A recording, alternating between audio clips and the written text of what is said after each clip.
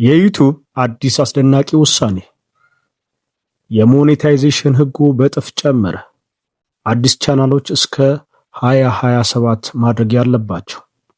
ሰላም የቻናሌ ቤተሰቦች፣ የዩቲዩብ የገቢ ማግኛ ወይም ሞኔታይዜሽን መስፈርቱን ሙሉ በሙሉ የሚቀይር አዲስ እና አስደናቂ መግለጫ አውጥቷል።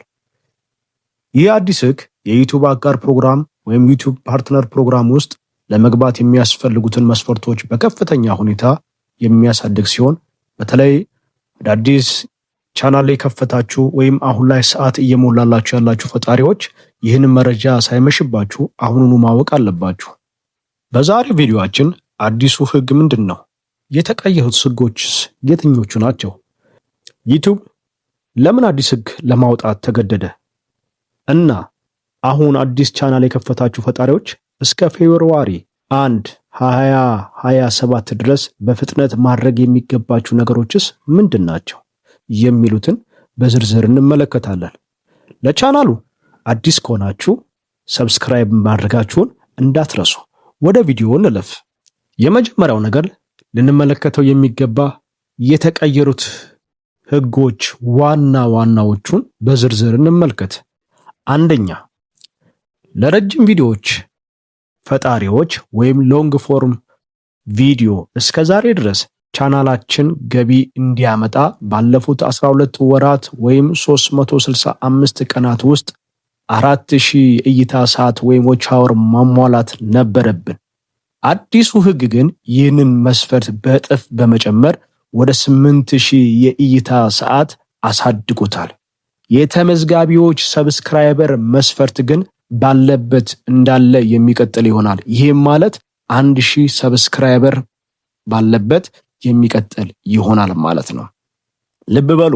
ሁለተኛ ላይ ለዩቲዩብ ሾርትስ በቪዲዮ ገቢ ለማግኘት ቀደም ሲል ባለፉት 90 ቀናት ውስጥ 10 ሚሊዮን እይታ ሾርት ቪው ይፈልግ እንደነበረ ሁላችንም የምናስታውሰው ነው። አዲሱ ህግ ግን ይህንን መስፈርት ወደ 20 ሚሊዮን እይታ ከፍ አድርጎታል፣ በእጥፍ ጨምሮታል ማለት ነው። ቀድሞ የነበረው 10 ሚሊዮን የነበረ ሲሆን አሁን ላይ ግን በአዲሱ ህግ ከፌብሩዋሪ 1 ጀምሮ ወደ ስንት ያድጋል ማለት ነው? ወደ 20 ሚሊዮን እይታ ከፍ ይላል ማለት ነው። ሶስተኛው ከሾርትስ ማስታወቂያ ገቢ ለመካፈል ወይም ገቢ ለማግኘት የተጣለው አዲስ ደንብ ምን ይመስላል? ከሾርትስ ማስታወቂያዎች የሚገኘውን ገቢ መጋራት ለመቀጠል ቻናላችን ወይም ቻናላችሁ በተከታታይ በየ90 ቀኑ 10 ሚሊዮን እይታ ማስመዝገብ አለበት። እይታው ከዚህ በታች ከወረደ ቻናላችሁ ከገቢ ማግኛ ፕሮግራሙ አይወጣም። ነገር ግን ከሾርትስ ማስታወቂያ ክፍያ በጊዜያዊነት ይቋረጣል። ይሄ ማለት ምን ማለት ነው? ረጅም ቪዲዮዎች ገቢ ማግኘታቸውን ግን ይቀጥላሉ ማለት ነው። ለምን አዲስ ህግ ማውጣትስ አስፈልገው? ለምንድን ነው ዩቲዩብ አዲስ ህግ እንዲያወጣ ያስገደደው ነገር ምንድን ነው?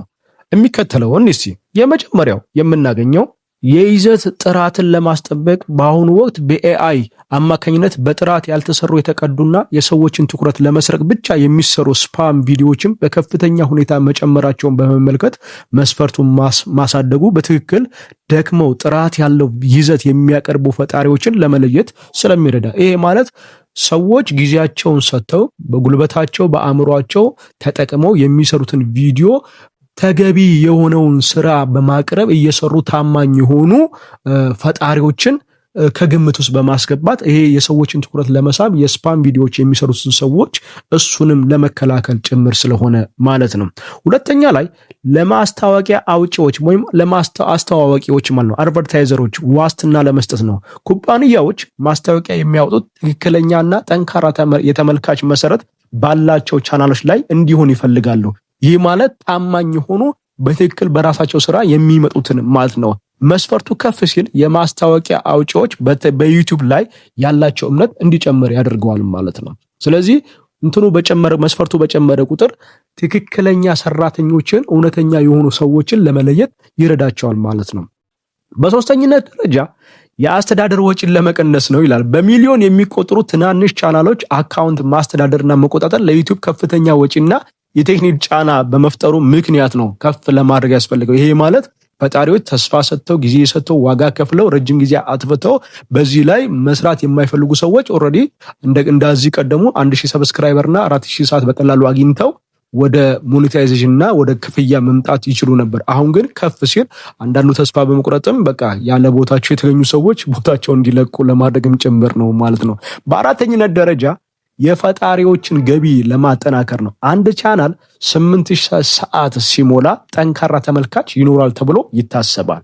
ይሄ ማለት ረጅም ጊዜው አብረው የሚቆዩ ሰብስክራይበሮችና ተመልካቾች በቻናላቸው ላይ የሚቆዩ ሰዎችን አፍርቷል ተብሎ ይታሰባል። ይህ ደግሞ ሞኔታይዝድ ከሆነ በኋላ ፈጣሪው የተሻለ ገቢ እንዲያገኝ ያደርገዋል ማለት ነው። ስለዚህ ከፍ ያለ ገቢ እንዲያገኝ ፈጣሪዎች የተሻለ ገቢ እንዲያገኙ አሁን ከሚያገኙት ነገር በእጥፍ እንዲያገኙም ይረዳል ማለት ነው።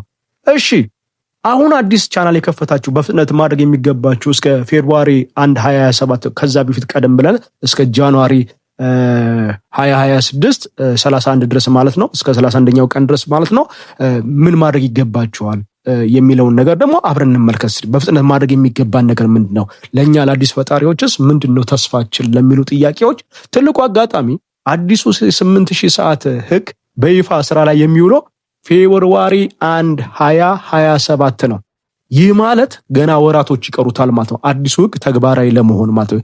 ይህ ማለት እስከ ጃንዋሪ 31 2026 ድረስ በቆየው ቀላል መስፈርት ማለትም በ4000 ሰዓት ወይም በ10 ሚሊዮን የሾርትስ እይታ ማመልከት ትችላላችሁ። ሞኔታይዝድ መሆን ይቻላል ማለት ነው። በነበረው እንቀጥላለን እስከ መቼ? እስከ ጃንዋሪ 31 2026 ድረስ ብቻ ማለት ነው።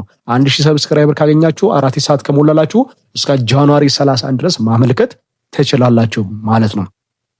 በፍጥነት ማድረግ የሚገባችሁን የተወሰኑ ነጥቦችን እናንሳ። አንደኛ እስከ 2027 ድረስ በድሮ መስፈርት ለመግባት ጥሩ አጋጣሚ ምንድነው? ፌብሩዋሪ 1 2027 ከመድረሱ በፊት በአሮጌ ህግ ሞኔታይዝድ መሆን ይቻላል። ከገባችሁበት የዩቲዩባችሁን ስራ በፍጥነት አሁንም ባላችሁ ጊዜና ሰዓት መስራት ከቻላችሁ ዩቲዩባችሁ ሞኔታይዝድ ከሆነ በኋላ 2027 ሲገባ አዲሱ ህግ በእናንተ ላይ ተገበረ። ምክንያቱም ቀድማችሁ ሞኔታይዝድ ስለሆናችሁ። ስለዚህ ቀደምት ሞኔታይዝድ የሆኑትን አይመለከትም ማለት ነው አዲሱ ህግ። ስለዚህ ይህ ጊዜ ሳያልፍ በየቀኑ ወይም በየሳምንቱ በወጥነት ቪዲዮ በመስራት ሰዓታችሁን በፍጥነት ለመሙላት ስራችሁን ማፋጠን ይኖርባችኋል ማለት ነው። መቼ ሳይደርስ? ጃንዋሪ 31 2026 ሳያልቅ በፊት ማለት ነው። ስለዚህ በድሮ ህግ ሞኔታይዝድ መሆን ይቻላል ማለት ነው። ሞኔታይዝድ ሆናችሁ 2027 ቢገባ ህጉ በእናንተ ላይ ተፈጻሚ አይሆንም ማለት ነው። ሌላው ሁለተኛው በፋን ፈንዲንግ ገቢ ማግኘት መጀመርም ይቻላል። ይሄ ማለት ምንድነው? ጊዜው ቢያልፍባችሁ 2027 ቢገባ 8000 ሰዓት ለመሙላት ጊዜ የሚወስድባችሁ ከሆነ ዩቲዩብ ለትናንሽ ቻናሎች ያስቀመጠው የመጀመሪያው የፋን ፈንዲንግ መስፈርት አልቀየረውም። ይሄ ማለት 500 ሰብስክራይበር እና 3000 ዎች አወር ብቻ እንደ ሱፐር ቻት፣ ሱፐር ታንክስ እና ቻናል ሜምበርሺፕ በመክፈት ከተመልካቾቻችሁ ቀጥታ ገቢ ማግኘት ትችላላችሁ። ይሄ ማለት ከተመዝጋቢዎች ቀጥታ ስጦታ ጊፍት በመቀበል ትችላላችሁ። ስንት ሲሞሉ ማለት ነው? 500 ሰብስክራይበር እና 3000 ዎች አወር እሱ ባለበት ያልተቀየረ ህግ ይሄ ነው ማለት ነው። ስለዚህ በዚህ መቀጠል ትችላላችሁ። ይሄ ማለት በዩቲዩብ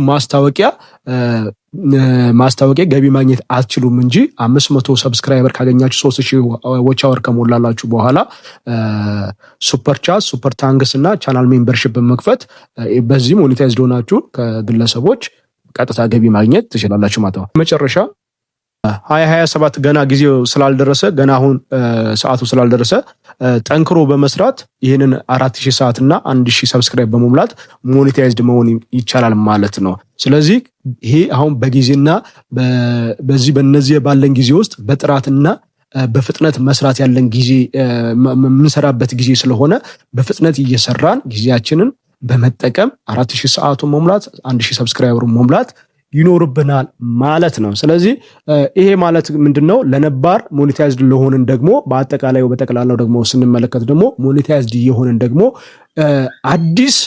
አዲስ ስምምነት አለ ማለት ነው። ይሄ ስምምነት ጃንዋሪ 31 ላይ የሚለቀቅ አለ። ሁሉም አክሴፕት ሊያደርገው ይህንን ህግ ተስማምቶ አክሴፕት ብሎ መቀበል አለበት። አዲሱ የነባር ቻናሉ ሞኔታይዝድ የሆኑ ቻናሎች ይህንን ጃንዋሪ 31 ላይ ሁሉም በሚገባለት በኢሜይሉ በኖቲፊኬሽን ሊሆን ይችላል። በኖቲፊኬሽን የሚገባላችሁን ነገር በማስታወቂያ የሚመጣላችሁን ነገር አክሴፕት ብላችሁ የመቀበል ግዴታ ይኖርባችኋል ማለት መስማማት ይኖርባችኋል ማለት ነው። የዛሬው መረጃ ጠቃሚ ሆኖ ካገኛችሁት ቪዲዮን ላይክ ማድረጋችሁን እንዳትረሱ፣ ሰብስክራይብ ማድረጋችሁን ደግሞ እንዳትረሱ። ስለ አዲሱ የዩቲዩብ ህግ ያላችሁን አስተያየት ደግሞ ከታች ባለው በኮሜንት መስመር ላይ ጻፉልን። በሚቀጥለው ቪዲዮ እስክንገናኝ ድረስ ደህና ሁኑልን።